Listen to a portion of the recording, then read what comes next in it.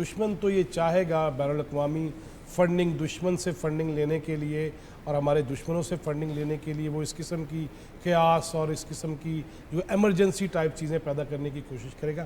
دو تین چیزیں مجھے کہنی ہیں۔ آپ نے کہا کہ ہم نے ضربے کاری لگائی تھی ایکچولی دہشت گردی کے خلاف، اور پھر وہ ایسی اکا دکا یا زیادہ یا کم حرکتیں کرتے رہتے ہیں۔ ضربے کاری ہماری ہے ان دہشت گردوں کے خلاف جنہوں نے ہمارے یہاں بیس کیمپ بنا لیے تھے۔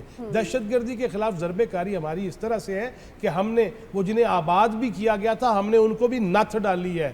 کسی مذہب میں، صحیح کہہ رہے تھے حمزہ شفقات، کہ کسی مذہب میں کسی عورت کو، ہمارے مذہب میں تو درخت کو نہیں جلایا جا سکتا، گرایا جا سکتا، ہاسپٹلز پہ حملہ نہیں کیا جا سکتا، عبادت گاہوں پہ حملہ نہیں کیا جا سکتا، بزرگوں پہ حملہ نہیں کیا جا سکتا، بچے خواتین تو دور کی بات رہ گئی۔ لہٰذا ان کا کسی مذہب اسلام سے میں سمجھتا ہوں کسی بھی مذہب حقیقی سے بھی تعلق نہیں ہو سکتا۔ اچھا، اس کے ساتھ ہی آپ نے سوال بھی کیا، جواب بھی آیا۔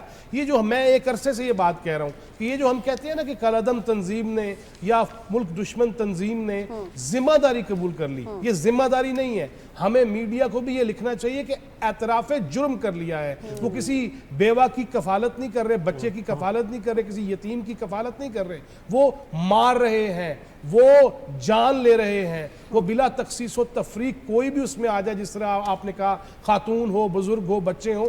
لہٰذا سب سے پہلے تو اس بارے میں وزارت داخلہ سے بھی یہ کہوں گا کہ اس کو ذمہ داری نہیں بلکہ اس کو اعتراف جرم کہنا چاہیے۔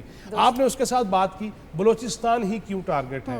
اس لیے کہ بلوچستان سے ہم گہرے پانیوں میں اترتے ہیں۔ اللہ تعالیٰ نے ہمیں ایسی ایسی نعمتوں سے نواز رکھا ہے، اللہ تعالیٰ نے ایسی ایسی معدنیات دے رکھی ہیں کہ صرف ہم اس پہ ہی کام کر لیتے یا اب بھی کر لیں گے تو دشمن کو یہ ہضم نہیں ہو رہا۔